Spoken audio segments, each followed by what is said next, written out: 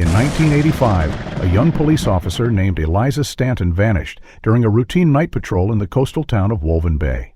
For 13 years, her disappearance remained an unsolved mystery until a rusted patrol car was discovered beneath the cliffs of Mariner's Fall.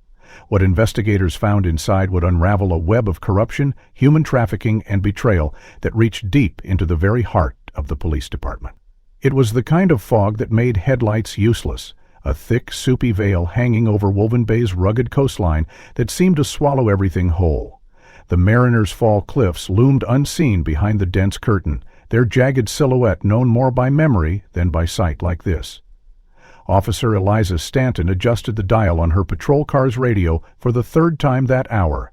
Static. She glanced at the glowing red digits of the dashboard clock. 2:03 IEM. Her shift was almost over, but a call about a suspicious vehicle near the cliffs had come through dispatch half an hour ago. She had volunteered to check it out alone. It wasn't uncommon. The department was understaffed, and Eliza prided herself on being capable, independent. She knew these roads better than most. The tires of her cruiser crunched slowly along the narrow coastal road, slick with sea spray and gravel. Her windows were up, yet she could still smell the salt, heavy and metallic. Somewhere out there, the Atlantic heaved and rolled unseen.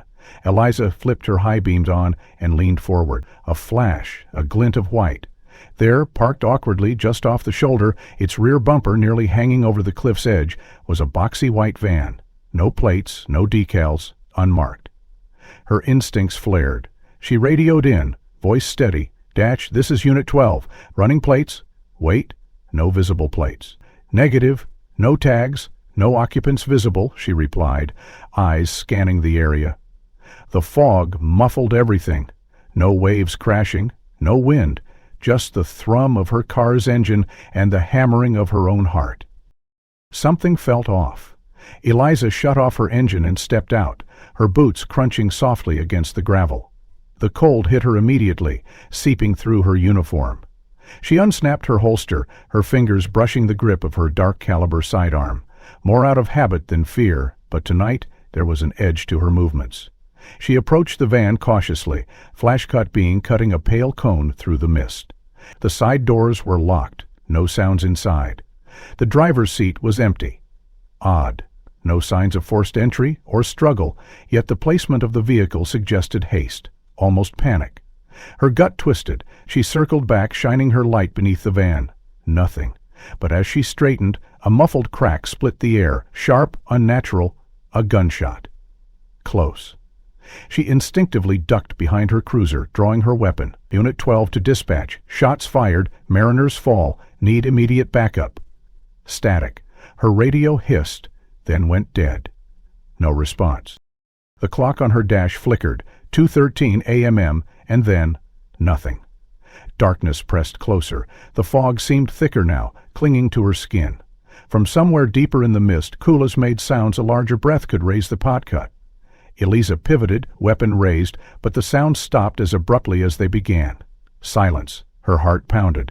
She weighed her options. Stay by the car, risk waiting alone with comms down, or investigate. Logic warred with instinct, but duty won out. She couldn't leave without confirming the scene. She took a deep breath, started forward again. Step, pause, scan. Her flashlight flickered once, then steadied. The van loomed ahead, spectral and silent. Another step, then a shadow moved. Not fog, not imagined. A figure. Before she could react, a blinding pain exploded in her side. A second gunshot rang out. Her legs buckled. The flashlight tumbled from her grip, its beam spiraling wildly. On the ground, vision swimming, Eliza fought to draw breath. Above her, heavy boots approached. A voice, low and cold, hissed. "Wrong place, wrong night." Hands grabbed her shoulders. She struggled weakly, but another sharp pain ended the fight. Darkness swallowed her. Minutes passed, maybe hours. The world drifted away. Somewhere in the distance, the faint echo of tires squealing against gravel, an engine revving. Then, nothing. The cliffs remained silent witnesses. At dawn, the fog thinned just enough for a passing fisherman to glimpse a strange sight, a dark smear on the rocky ledge below Mariner's Fall, and broken glass glittering where it shouldn't be. By the time local deputies arrived, all they found was an empty stretch of road, tire marks vanishing over the edge, and a lingering sense of wrongness in the air. The morning after the fog had thinned, the sun rose reluctantly over Wolven Bay, casting pale streaks of gold over a town that now buzzed with rumors. The news that Officer Eliza Stanton was missing had spread like wildfire. By noon, reporters swarmed the station. A hastily arranged press conference, led by Acting Chief Royce Keller, offered few answers. With a grim expression, Keller stated, "As of this morning, we have no evidence of foul play. Officer Stanton's vehicle has not been located. We are pursuing multiple leads, including the possibility that she left the area voluntarily." The words hung in the air like poison. In the crowd, Owen Stanton clenched his fists. Voluntarily? His wife would never abandon her duty, nor him. He had kissed her goodbye the night before, watched her smile faintly as she buttoned her uniform, and promised, "I'll be back before dawn." That promise had shattered with the first call from dispatch, reporting her radio had gone silent. Now, hours later, the department appeared eager to close the case before it had truly begun. Rumors flourished. Some whispered Eliza had grown disillusioned with her job. Others suggested an affair or a secret debt. None of it sat right with Owen. He had known his wife better than anyone. She had been restless, yes, uneasy, after months of sensing something rotten within the department. But to run? Never. In the days that followed, official efforts waned. A cursory search of the cliffs was conducted by boat and air, yielding nothing. Without a recovered vehicle or body, Keller pushed the narrative of a voluntary disappearance. A letter surfaced, anonymous, suggesting Eliza had grown tired of the badge. It conveniently bolstered the department's stance. Owen suspected fabrication. When he demanded to examine the letter, Keller denied the request, citing ongoing internal review. Aged, Owen went public. He contacted regional media, giving an impassioned interview. "My wife is missing. She did not leave of her own accord. I will not stop until we know what happened." The backlash was swift. Within days, Owe was summoned to Keller's office. Flanked by two department lawyers, Keller spoke coldly. "Sergeant Stanton, your public comments have undermined confidence in this department. Effective immediately, you are suspended pending review." "Addison me, 'cause you know I'm right." Keller's gaze remained flat. "You are being removed for insubordination and breach of protocol. You're too emotionally involved." The suspension only fueled Owen's determination. Stripped of his badge, he continued pressing for an independent investigation. He visited the cliffs daily, scouring for signs missed by the official search. Eliza's family, especially her younger sister Grace, rallied behind him. Together they circulated flyers, organized community vigils, and sought legal counsel.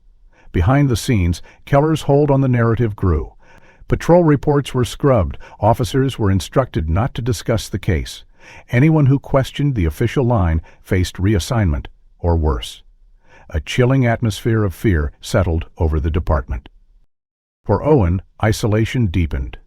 Once a respected sergeant, he now found doors closed and friends distant. Still, he persisted. Night after night, he combed through Eliza's personal effects. In her locker, he found a notebook filled with observations, patterns of late-night deliveries to the old water treatment plant, sightings of unmarked vehicles near the cliffs, references to rot in the ranks. He recognized names of men who now kept conspicuously silent. The implications were damning. Meanwhile, the town's faith in the department fractured. Whispers circulated about corruption. The notion that Eliza had fled no longer satisfied a restless public. Yet without tangible evidence, crusades seemed quixotic. He pushed harder, filing FOIA requests, hiring a private investigator named Maya Cortez, a former detective with no ties to Wolven Bay PD. Maya reviewed the case files, what little was made available, and quickly spotted gaps. Logs from the night of Eliza's disappearance were incomplete. A routine cross-check of the department's vehicle tracker system revealed missing data for Unit 12, Eliza's cruiser, between 1:40 and 2:20 a.m. Maya confronted Keller, who dismissed the anomaly as system error. Owen knew better.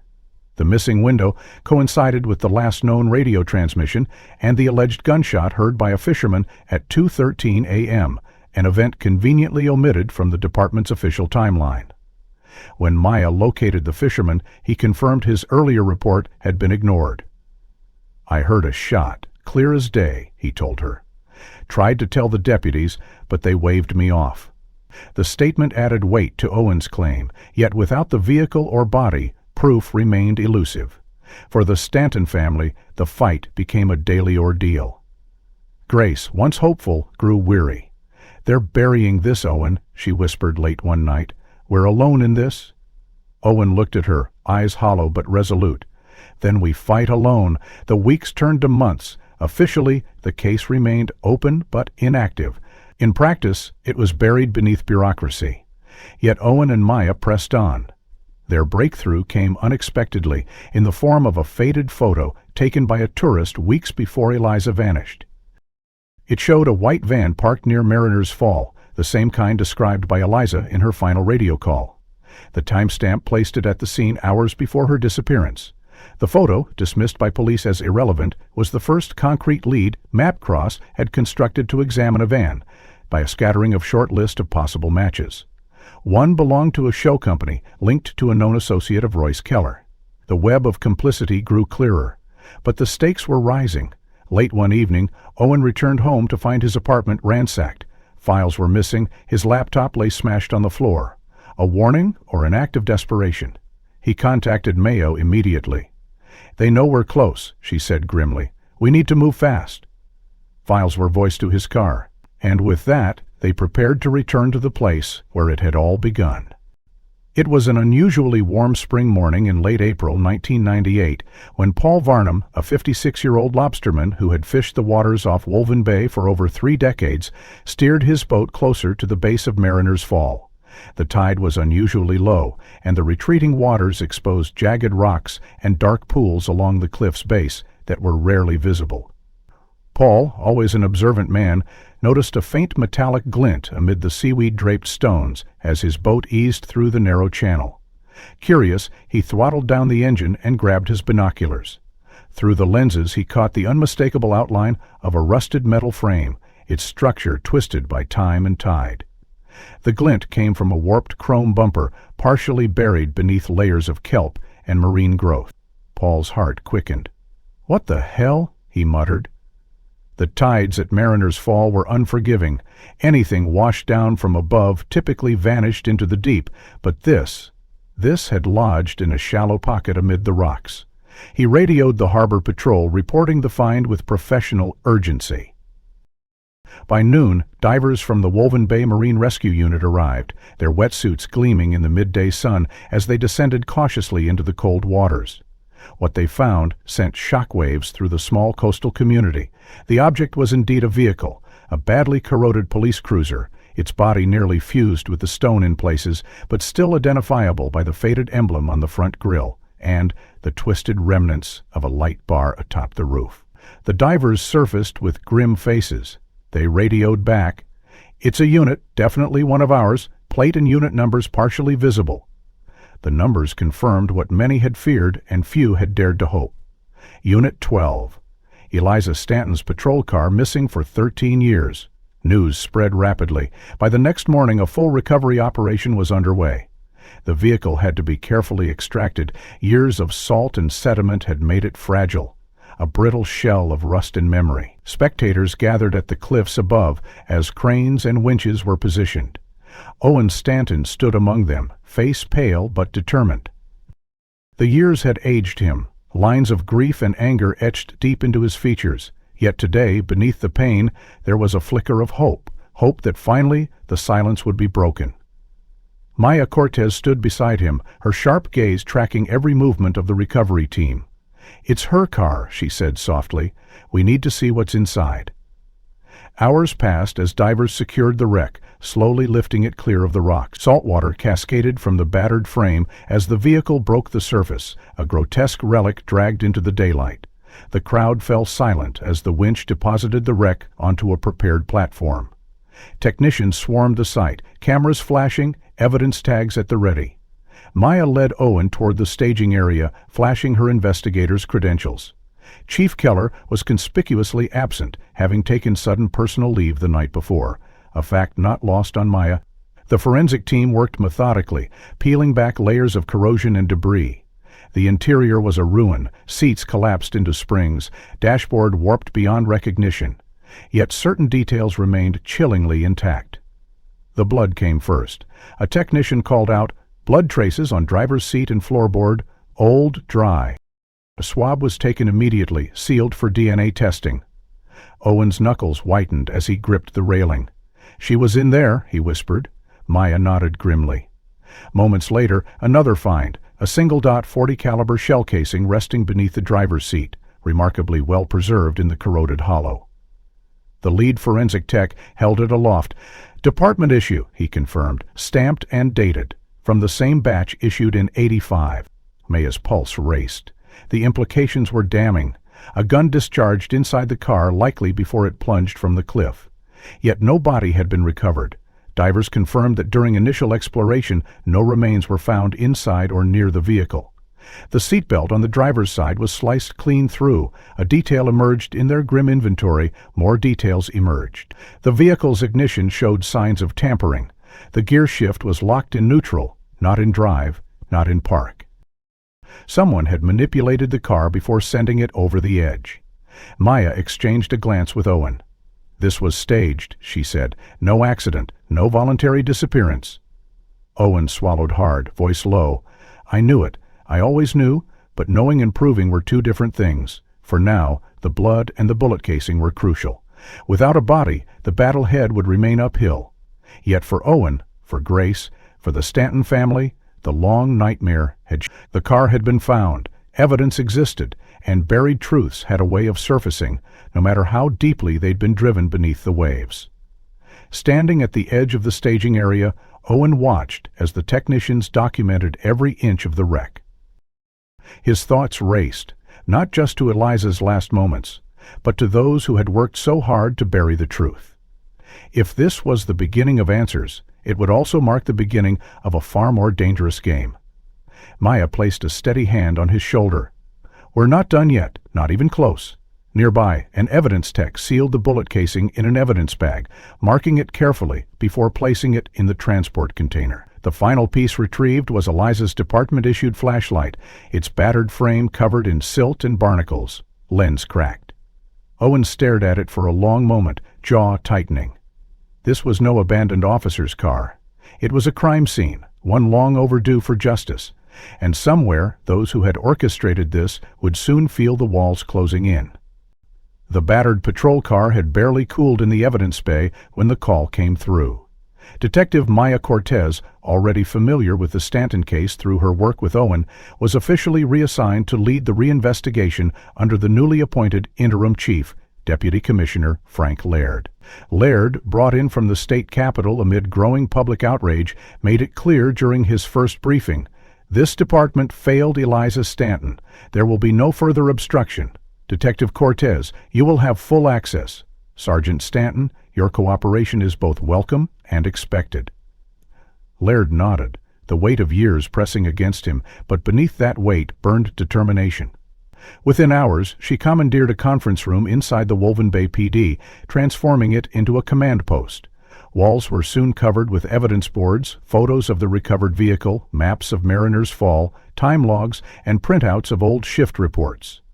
Forensic reports trickled in. The car found in the car matched Eliza's DNA profile. The bullet casing was confirmed as standard issue from her service weapon batch in 1985. The media clamored for updates, but Maya remained silent, knowing the investigation was only beginning. What troubled her most was the gaping hole in the department's original records. "There's no way Eliza's vehicle simply vanished without internal knowledge," she told Owen late one night. "And no way a single person pulled this off alone." Together, they began reviewing archived files, some still on microfilm, others in dusty boxes retrieved from the evidence vault. Maya combed through every report, every witness statement. Patterns emerged, inconsistencies in timelines, missing entries in the dispatch logs, subtle alterations in radio transcripts. Then, during a long afternoon spent deep in the department's basement archives, she stumbled upon a misfiled folder labeled Public Tips, April 1985. Inside, among dozens of cranks and false leads, lay a single handwritten report. Her breath caught. The name scrawled at the top, Aaron Dalmer. The statement was brief but clear. Aaron had reported seeing a white cargo van parked near the Mariners Fall overlook around 1:30 a.m. on the night Eliza disappeared. The van had its lights off, engine idling, and a lone figure had stood near the driver's side, partially obscured by fog. Aaron had driven past slowly, unnerved, and noted the time on her dashboard clock. She had called the non-emergency line the following morning to report the sighting. But what chilled Maya was the date stamp, April 19, 1985, just hours after Eliza vanished. Yet the report had never been entered into the case file. "Someone buried this," she whispered, scanning the bottom margin where a faint pencil mark read, "Referred to Supervisor." Keller quickened. Royce Keller, the former chief who had so quickly quashed the investigation. Maya photocopied the report and slid it into her growing case file. Back in the command post, she spread the pages before Owen. "This is what they didn't want us to find." Owen's eyes hardened as he read. "A white van, just like in the tourist photo we found. This connects." The implications were profound. 2 independent sightings of a white van near the cliffs within hours of Eliza's disappearances. Maya's mind raced. "We need to find Aaron Dowell. If she's still in town, she might remember more." Public records showed an address on the outskirts of Wolven Bay and insisted on accompanying Maya to the residence.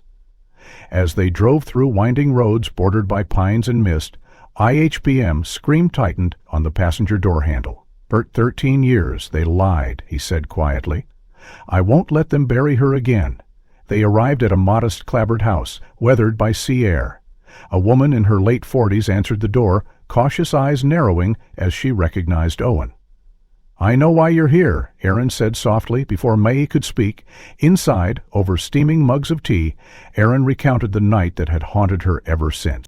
"I'd just finished a late shift at the diner," she began. "Was driving home the coastal road when I saw the van. It looked out of place, no markings, windows painted over, gave me a bad feeling." Maya leaned forward. "Did you see anyone inside?" Aaron hesitated. "I saw someone outside, male I think, tall, wearing a dark jacket. He kept glancing up the road, like he was waiting for someone or something." Owen's voice trembled. "Did you tell anyone at the time?" Aaron nodded. "Called the police the next morning. Spoke to an officer who said they'd take it seriously. A few days later, Chief Keller himself came to my house, told me it was a false lead, that I must have imagined it. He was intimidating." Her voice broke. "I believed him. I was young. I didn't want trouble. We need you to repeat your statement. This time, it will be part of the record." Aaron looked to Owen, tears brimming. "I'm sorry. If I'd pushed harder—" "Aha," Ooh shook his head gently. We're silenced. "That ends now." Maya documented Aaron's full account, securing her consent to testify if necessary. Back at the station, she entered the statement into the reopened case file, ensuring it could no longer be erased. As she updated the timeline, connections crystallized: the van, the staged crash, the missing radio logs. A coordinated cover-up seemed undeniable. But who had orchestrated it? Maya and Owen knew the answer led deeper than a single corrupt chief. They needed proof. As the day faded into twilight, Maya pinned Aaron's photo and statement to the evidence board. "Now," she said, eyes gleaming with resolve, "we find that van." The discovery of the buried witness report had shifted the entire momentum of the investigation. Maya knew that Aaron Dalmer's testimony, unfiltered and official, could punch a gaping hole through the narrative that Royce Keller had so carefully constructed 13 years earlier. But it wasn't enough to have an old, forgotten statement. Aaron had to come forward now, publicly and on record. When Maya and Owen returned to the station that night, they pulled Aaron's most recent address from public records, only to discover she had sold her house in Wolven Bay 8 years ago and left the state. "She probably wanted to get away from all this," Owen muttered, leaning over Maya's shoulder as she clicked through databases. "I can't blame her." Maya's brow furrowed went. "We need to find her. If Keller went to that length to silence her once, there's no telling what else was done. Through cross-references, DMV records, voter registrations, and utility accounts, Maya eventually traced Aaron to a small coastal town in Rhode Island, Westerly, about 5 hours south. She now lived under her maiden name, Erin Caldwell, having divorced and started a modest life running a flower shop. Maya booked a flight for the next morning. Owen insisted on coming too. "I have to hear it from her myself," he said. For Eliza, Westerly greeted them with crisp spring air and weathered signs. Erin's shop, tucked between a bakery and an antique store, was easy to find. Through the front window, Maya saw her arranging a bouquet of lilies with practiced hands. But when they entered, Erin's face paled instantly. Recognition flickered in her eyes. "I know who you are," she said quietly, her voice tight. Maya introduced herself and Owen, stating their intent clearly. Erin's reaction was swift and guarded. "No," she said flatly, "I'm not doing this again." Owen stepped forward, disparaging coloring his tone. "Please, my wife deserves the truth. We need your help." Erin shook her head, lips pressed into a thin line. "You don't understand. I can't." Maya, sensing the wall of fear behind her words, softened her approach. "Erin, I've read your original statement. We know Keller buried it, but your voice matters now more than ever." Erin turned away, busying herself with stems and vases. Her hands trembled slightly. Finally, she whispered, "I was paid to stay quiet." Maya exchanged a quick glance with Owen. "Paid?" Erin exhaled shakily. "A week after I gave my statement, Keller came to my door, told me I'd misunderstood what I saw, that it would cause unnecessary panic if I insisted. He was very persuasive. Then a man I'd never seen before showed up with an envelope, said it was for my trouble, cash." Her voice broke. "I was young, alone, and I took it. And I left Wolven Bay not long after." Owen's voice was hoarse. "You weren't wrong. You saw something important. We can't let them win." Erin looked tormented. "I've built a new life here. If this comes out," Maya cut in gently, "you have a chance to make it right. We will protect you, Erin, but your words could finally bring justice for Eliza." Silence hung in the air. Erin's gaze drifted to a faded photograph pinned behind the cliffs of Wolven Bay long before her world had been upended. Slowly, she nodded. "You need to hear everything," she said softly. Maya activated her recorder with Erin's consent. Erin took a steadying breath. "It was around 1:30 a.m. I was driving home from a late shift. The fog was thick that night, so I was going slow. That's when I saw the van, white, unmarked, idling near the overlook. No headlights. A man was standing next to it, facing the cliff. Something about it felt wrong." Her hands clenched around the edge of the counter. "I called the station the next morning. An officer took my report and said they'd look into it. But the very next day, Keller himself showed up at my apartment. He was polite at first, then more insistent. Said I must have been mistaken, that no such vehicle had been reported. He told me to forget it." Her voice lowered. "I tried. But then the man with the envelope came. No name, no explanation, just money and a warning not to stir things up." Maya leaned in. "Do you remember anything about the man with the van?" Erin hesitated. "He was tall, broad-shouldered, wore a dark jacket. I never saw his face clearly through the fog. But I remember he looked up when I passed. His eyes caught the headlights for a moment. That image has haunted me ever since." Ellen's grip tightened on the edge of the counter. Maya asked, "And the man who brought the envelope, anything identifiable?" Erin shook her head. "No, just an older man, graying hair, wore gloves. He never spoke beyond handing me the envelope." Maya ended the recording, her mind racing. They had confirmation that Keller personally intervened to suppress a key witness, and that payments had been made to cover up the truth. Erin looked at them both, eyes shimmering with guilt. "I should have fought harder. I'm sorry." Owen's voice was thick with emotion. "You can fight now. By helping us bring them down." Erin drew a deep breath. "Then I'll testify. On record, I won't run any more." Maya nodded firmly. "We'll arrange protection. This time, your story won't be buried." Outside the shop, Owen stood staring into the distance, the weight of new revelations pressing upon him. "If Keller paid off Erin," he said slowly, "how many others did he silence?" Maya's eyes narrowed. That's what we're going to find out. She pulled out her phone, ready to alert Chief Laird. But in her gut, Maya knew they were only beginning to peel back the layers of a conspiracy that reached far deeper than one silenced witness. The drive back from Westerly was quiet. Both Owen and Maya observed in thought. Aaron's testimony had cracked open the long-sealed facade of the Stanton case. Now it was clear. Royce Keller had orchestrated a deliberate cover-up, with intent and resources far beyond what a single rogue cop should have wielded. But questions remained. Who else had been involved? How deep did the rot go? Back at Wolven Bay PD, Maya wasted no time. She requested full access to Internal Affairs archives, specifically any historical complaints or investigations tied to Keller's tenure. With Chief Laird's backing, doors that had long remained closed now opened. In a dusty file room 2 floors below the main squad room, Maya and Owen pored through stacks of old IA reports, sifting the wheat from a decade's worth of chaff. It was a grueling task. Many files were incomplete or missing key attachments, but persistence paid off. Late on the second evening, Maya found what she'd been hunting for. A thin manila folder stamped Confidential, IA Review, 1986.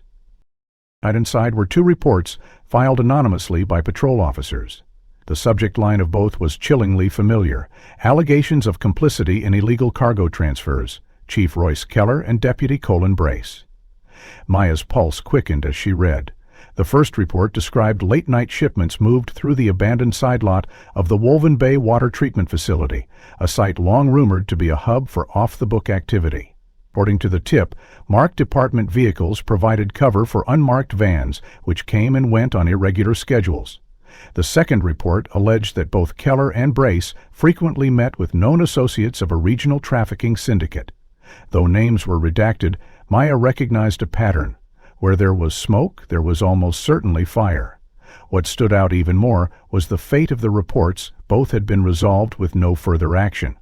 The resolution notes were signed by Keller himself. The conflict of interest was glaring. Maya looked over at Owen, whose eyes darkened with each word. "Brace," he muttered. "I always wondered about him," Maya nodded grimly. "He's still on the force too, promoted to senior deputy 5 years ago. And we finally have something concrete tying Keller to all this." But the discoveries didn't stop there. Maya, methodical as ever, cross-cut the IA files against Eliza's service records and incident logs from April 1985. That's when she noticed a discrepancy. The official record of Eliza's final dispatch transmissions was shorter than expected, an edited version compiled after her disappearance. Curious, Maya requested the original, unedited radio tape archives. It took several hours of negotiation with the department's tech team, but eventually she obtained a digitized copy of the full night's communications. Listening carefully through the static-filled audio, Maya caught something crucial. At 1:58 a.m., just before Eliza's signal went dark, there was a fragment of a transmission, one sentence that hadn't appeared in the written log. Owen, sitting beside her, stiffened as he heard it. Strange activity near the water plant. White truck parked, no crew in sight. The words, faint but unmistakable, struck like a thunderclap. Owen's eyes widened. She saw it. She tried to report it. Maya scrubbed the tape back and replayed the section several times. There was no doubt Eliza had mentioned seeing a white truck at the water treatment plant mere minutes before she disappeared. But in the official transcripts, this transmission was entirely missing. Maya's voice was tight. They erased it to protect the operation. Owen stared at the waveform on the laptop screen. "Eliza told me once," he said slowly, voice rough with memory. "Something's wrong down by the water plant. Those trucks aren't normal runs." The white van Aaron had seen, the IA reports about cargo transfers, Elisa's last transmission, all pointed to an illicit operation centered on the treatment facility. And Keller, along with Brace, had been implicated more than a decade ago. Matt smiled, stumbled into it. Eliza stumbled into it. Elisa stumbled into it, and they killed her to keep it quiet. Maya opened a new case file, compiling their findings. IA reports, the unedited radio transmission, Aaron's statement. Each piece strengthened their case against Keller and Brace, but they still lacked hard proof of current activity. "We need eyes on that plant," Maya said, determination sparking in her voice. Owen nodded grimly. "Let's find out what they're hiding now." Outside, the night deepened over Wolven Bay. In the shadows of the aging water treatment facility, old secrets stirred. Secrets that Maya and Owen were now determined to drag into the light. The deeper Maya and Owen dug into the past, the clearer the present danger became. The water treatment plant, once a peripheral detail, now loomed as the epicenter of the conspiracy. Royce Keller and Colin Brace had been named in multiple reports, and Eliza's final transmission confirmed suspicious activity at the site the night she vanished. But suspicious alone wouldn't bring them down. They needed proof, current, undeniable proof. Maya drafted a plan. "We stake 'em out," she told Owen late one evening in the command post. "Quietly, no warrants, no official moves, until we know exactly what they're doing." Owen agreed. "They've buried this for 13 years. We can't tip our hand." Maya secured an unmarked sedan from the state police pool and outfitted it with a long-range camera and audio surveillance gear. For cover, she and Owen posed as a pair of consultants conducting environmental assessments along the bay, an excuse for spending long hours near the facility. The water plant itself sat at the end of a narrow service road, flanked by aging warehouses that had long since fallen out of active use. One such warehouse, an old shipping depot with rusted metal siding and faded signage, stood adjacent to a small private dock jutting into the inlet. According to maintenance records, the dock hadn't been officially used in years, but Maya's gut told her otherwise. On the first night of surveillance, they parked a quarter-mile away beneath the shadow of an abandoned fish cannery, lenses trained on the warehouse. For hours, nothing stirred. Then, just after midnight, headlights approached. Maya zoomed in. "That Brace," she whispered. The deputy climbed out of a battered pickup, glanced around nervously, then unlocked the warehouse's side door. Minutes later, a second vehicle arrived, an SUV Maya immediately recognized from prior surveillance photos as registered to a shell company tied to Keller. The former chief emerged, moving with the cautious precision of a man who'd done this many times before. Owen's fists clenched at the sight. Together, Brace and Keller entered the warehouse. For nearly an hour, nothing moved. Then the bay doors rolled open, and two figures, faces obscured by hoods, wheeled out large duffel bags on collapsible dollies. The men loaded the bags onto a small motorboat moored at the dock. Maya captured every frame. "They're running shipments by water," she said. "That explains how they've stayed under radar." The boat, laden with cargo, slipped away into the night, its wake barely visible beneath the moonlit surface. Over the next several nights, Maya and Owen repeated the stakeout. The pattern held: late-night arrivals, careful loading of duffel bags, boat departures timed to coincide with high tide. The operation was clearly ongoing and well practiced. But on the fifth night, the routine changed. Around 2 a.m., both Keller and Brace arrived, joined by two additional men Maya couldn't immediately identify. Instead of focusing on the dock, the group entered the warehouse and remained inside for nearly 40 minutes. When they emerged, Brace carried a pair of heavy-duty shovels, while Keller wheeled a large rolling bin covered with a tarp. Maya's pulse spiked. "They're digging," she whispered. Owen leaned forward, eyes narrowed. "What the hell are they after?" The surveillance gear captured every movement as the men entered the warehouse again, returning moments later with bolt cutters and crowbars. Sparks flew as they pried up a section of the concrete floor near the loading dock. For the next hour, the camera recorded a grim tableau. Keller and Brace, sleeves rolled up, methodically excavating beneath the floor with shovels. Finally, with visible effort, they hoisted a large, oblong bundle wrapped in weathered plastic and secured with duct tape. The bundle, approximately 6 feet long and disturbingly human in shape, was lifted into the rolling bin. Maya's breath caught. That could be a body. Owen's face was ashen. "They've been hiding this all along." The men wasted no time securing the bundle. Brace wiped sweat from his brow, while Keller barked terse orders. Within minutes, the bin was wheeled out and loaded into the SUV's cargo bay. Maya captured every frame, heart pounding. "We can't lose them," she whispered. As the SUV pulled away from the warehouse, Maya started the unmarked sedan. "Stay close," Owen urged, "but not too close. We need to see where they take it." The chase was on. The SUV carrying the ominous bundle vanished into the night, but Maya and Owen had what they needed. The footage captured over the past week, especially the digging operation, provided enough grounds for a warrant and more. Maya drove straight to the state police headquarters in Augusta before dawn broke. Chief Laird met them in a secure briefing room, face grim as he reviewed the recordings. "This is it," he said after a long silence. "An hour, no time for bureaucratic delays. We'll assemble a SWAT team for a full takedown." Maya's voice was firm. "The warehouse has an underground component. I want rescue teams standing by." Owen added, "If they've buried one body, there could be others, and they're moving more than drugs. We believe people are involved." Within hours, the main state police tactical response unit was mobilized.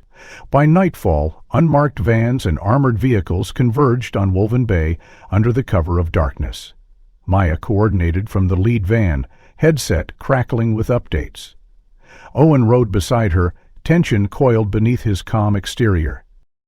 The plan was simple: strike fast, secure the perimeter, breach the warehouse, and sweep the sublevels. Maya's gut told her that whatever Brace and Keller were protecting went far beyond what they had seen. At 2:17 a.m. the operation commenced. SWAT operators in full tactical gear deployed silently, surrounding the warehouse in under 3 minutes. Maya's voice cut through the comms. "All units, green light, go." With a thunderous crack, the team breached the side entrance. Stun grenades flashed, sending shockwaves through the rusted shell of the building. Maya and Owen entered moments behind the first wave, sidearms drawn. Inside, the warehouse revealed its true purpose. The main floor was a front, stacks of decoy crates and abandoned machinery staged to suggest inactivity. But in the rear, a false wall concealed a hidden elevator shaft, the platform descending to a dimly lit underground facility. Maya's heart pounded. "They've built this to last," she muttered. The first team descended, weapons ready. What they found chilled even the most seasoned operators. The sublevels stretched beneath the dock, a maze of reinforced corridors and locked chambers. In the central room, rows of industrial-grade lab equipment churned quietly, massive vats bubbling with precursor chemicals, scales and packaging stations meticulously organized. An active methamphetamine operation, scaled for distribution across the entire region. But worse still was what lay beyond a heavy steel door marked "Storage, authorized personnel only." SWAT breached it with hydraulic cutters. The air inside was cold, damp, and laced with fear.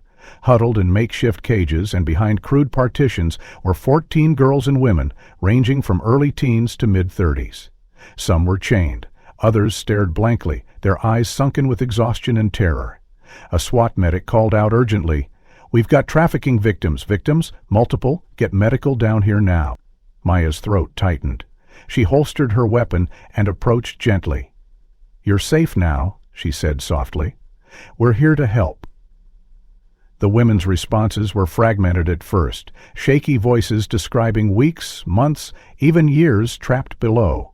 Through their disjointed accounts, one chilling pattern emerged. Multiple victims reported seeing uniformed officers bringing shipments into the facility weekly. One girl, no older than 15, whispered, "The one with the star patch, he always came first." Maya knew instantly, Brace. Another woman added, "Sometimes the old man with the deep voice came too. They wore badges. We thought no one would ever help us." Outside, as dawn painted the horizon with pale gold, Keller and Brace's conspiracy lay exposed. Evidence teams cataloged every grim detail: cash bundles, narcotics, forged documents, surveillance equipment, and personal effects stripped from the victims. Maya stood amid the controlled chaos, absorbing the scope of what they'd uncovered. "She tried to stop this," he whispered, thinking of Eliza, "and they killed her for it." Maya's resolve hardened. "Now we take them down. For her, for all of them." SWAT teams fanned out across Wolven Bay, hunting Brace and Keller, who had not been present during the raid. Their time was running out. Maya and Owen prepared to lead the charge. The warehouse raid had torn the lid off a conspiracy buried for more than a decade. In the immediate aftermath, warrants were issued for the arrest of Royce Keller and Deputy Colin Brace. Brace was apprehended within hours at his home, but Keller proved more elusive. A statewide manhunt ensued. It wasn't until late the next evening that a SWAT team located Keller hiding in a rented lakeside cabin 50 miles north of Wolven Bay. He surrendered without resistance, though the look in his eyes suggested a man who knew the game was finally over. Maya and Owen were waiting when Keller was brought into an interrogation room at Maine State Police headquarters. The former chief looked pale and older than his 63 years. The bravado that once defined him had drained away, leaving behind a gaunt man weighed down by the gravity of his crime. Maya entered first, followed by Owen. The room was bare, just a table, 2 chairs, and a single recording device. Keller's hands were cuffed in front of him, resting on the metal tabletop. Maya began the session by reading him his rights, her voice even but firm. Murky Keller, you are under arrest for conspiracy, human trafficking, drug trafficking, obstruction of justice, and the suspected murder of Officer Eliza Stanton. Do you understand these charges? Keller gave a shallow nod. I understand, Maya pressed on. You have an opportunity here to tell the truth. The evidence against you is overwhelming, but the families of your victims and the people of this town deserve to know what happened. Keller said nothing. For a moment, only the soft hum of the ventilation system filled the room. Then Owen leaned forward, voice low but steady. She trusted you. Eliza trusted this department, and you killed her to protect this. Tell us why. Something in Owen's tone broke through Keller's defenses. His shoulders sagged. He looked down at his trembling hands. Finally, he spoke. His voice was hoarse. Maya exchanged a glance with Owen, but remained silent, letting Keller continue. We'd been running the shipments for about a year by that point, Keller said slowly. Started small, some meth moving through the plant, but Brace, he got greedy. Started bringing in girls too, the kind of deals you don't walk away from once you're in. He swallowed hard. Eliza started asking questions, said she'd seen a white truck at the plant, asked why there were no records of its movements. I told her to drop it. Sherry didn't listen. Owen's fists clenched beneath the table, but Matt placed a calming hand on his arm. Keller went on, voice cracking. That night, she called in what she saw. I intercepted the transmission, cut it from the log before it could go wide. But she showed up at the plant anyway. Must have followed one of the vans. His face twisted in anguish. I confronted her inside the warehouse. She had her radio in hand, said she had proof. I panicked. Tears welled in his eyes, though whether from guilt or self-pity was unclear. I shot her. Once. In the side. It wasn't supposed to happen like that. Owen's voice came out in a ragged whisper. You murdered her? Keller nodded numbly. Nah, after she went down, I called Brace. We wrapped her in a tarp, moved her body to the sub-level. He exhaled shakily. But the car, it was still at the cliff. We needed it to look like an accident. Maya leaned forward. Explain. Keller's gaze remained fixed on his shackled hands. We staged the scene, cut the seatbelt off the car, then we pushed it off the edge. The ocean would have taken it, or so we thought. He let out a bitter laugh. But the damn storm must have wedged it in the rocks. Maya's voice was like steel. And the witness? Aaron Dalmer? Keller closed his eyes. I visited her, told her she'd imagined what she saw. We sent a man with money to seal it. There were others, too, officers we paid off, reports we destroyed. It was all about control. Alan's voice cut through the room, raw with grief. You could have stopped it. You didn't have to kill her. Keller finally looked up, meeting Owen's gaze with hollow eyes. I know, his voice broke. I've known every damn day since. Maya ended the recording, her hands trembling only slightly. You just confessed to murder and conspiracy, Mr. Keller. This will be entered into the official record. Keller gave a small, resigned nod. I figured as much. Outside the room, Chief Laird and a team of prosecutors prepared to move swiftly. Maya stepped into the hallway, pulse racing. Owen followed, visibly shaken but resolute. She didn't die for nothing, he whispered. Maya looked him in the eye. No, and now we make sure everyone involved pays. In the interrogation room, Keller remained slumped, a broken man finally crushed beneath the weight of his own sins. In the days following Roy Keller's confession, the investigation accelerated with relentless momentum. Brace, faced with overwhelming evidence and Keller's detailed statement, quickly folded under pressure. His attorney negotiated a plea deal in exchange for full cooperation, and through his disclosures, Maya obtained the final piece of the puzzle. Brace led forensic teams to the precise location beneath the warehouse floor where they had hidden Eliza's body 13 years ago. Early one cold morning, Maya, Owen, and Chief Laird stood grimly beside a specialized recovery team as they began dismantling the reinforced concrete near the old loading bay. Jackhammers broke through the top layer, revealing older, hastily patched cement beneath. The smell that rose from the cavity beneath was unmistakable: earth, rot, and old death. The team proceeded carefully, removing debris by hand once the opening was large enough. Beneath layers of dirt and plastic sheeting, they found the remains. The body, though largely skeletal, was unmistakably female. Beside it lay the tattered remnants of a patrol uniform and a small object that caught the light: a heart-shaped platinum pendant. Owen's breath caught as the forensic tech carefully lifted it into an evidence bag.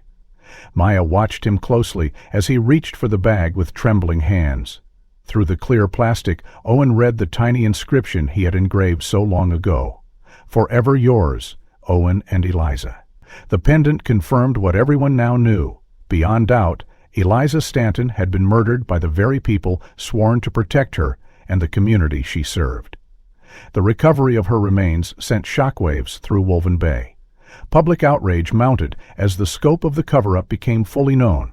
Maya, working with state and federal prosecutors, compiled a sweeping indictment that named not only Keller and Brace, but also several lower-ranking officers who had accepted hush money or falsified reports over the years.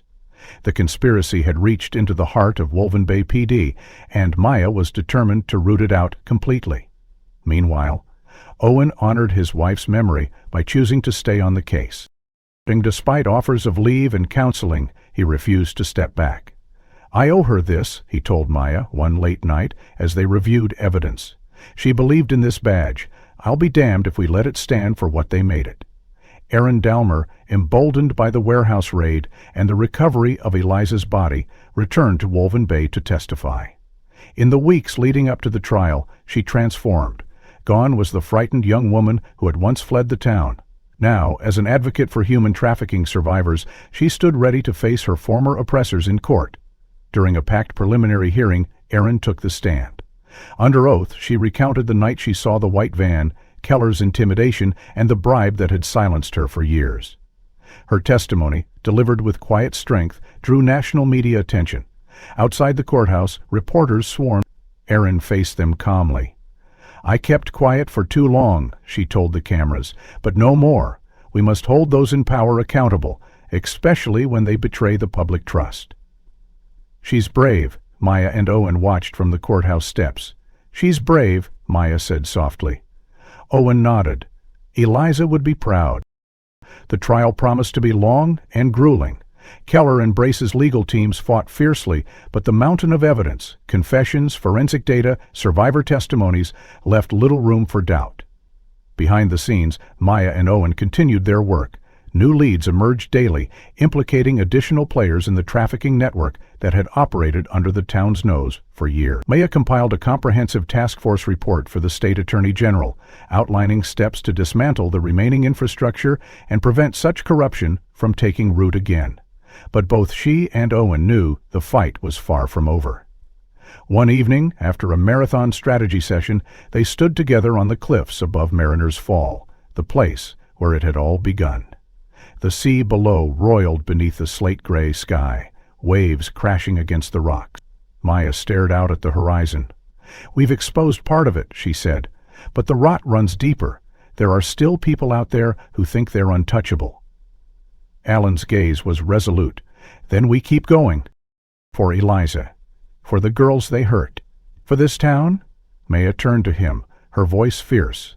"We won't stop until every last one of them is brought to justice." As they stood side by side against the gathering dusk, the wind whipped around them, carrying the promise of a long fight ahead. In the distance, the lights of Wolven Bay shimmered, flickering beacons of a town confronted truths. And beneath those lights, two determined figures prepared to lead the charge toward justice, undeterred by the shadows that remained. If you found this story as gripping as we did, make sure to hit the like button and subscribe for more real-life mysteries just like this one. And I'd love to hear your thoughts. What part of the investigation surprised you the most? Do you think Maya and Owen will be able to take down the entire network? Let me know in the comments below. And while you're at it, tell us, where in the world are you watching from? It's always amazing to see how far these stories travel. Stay tuned. We've got more coming.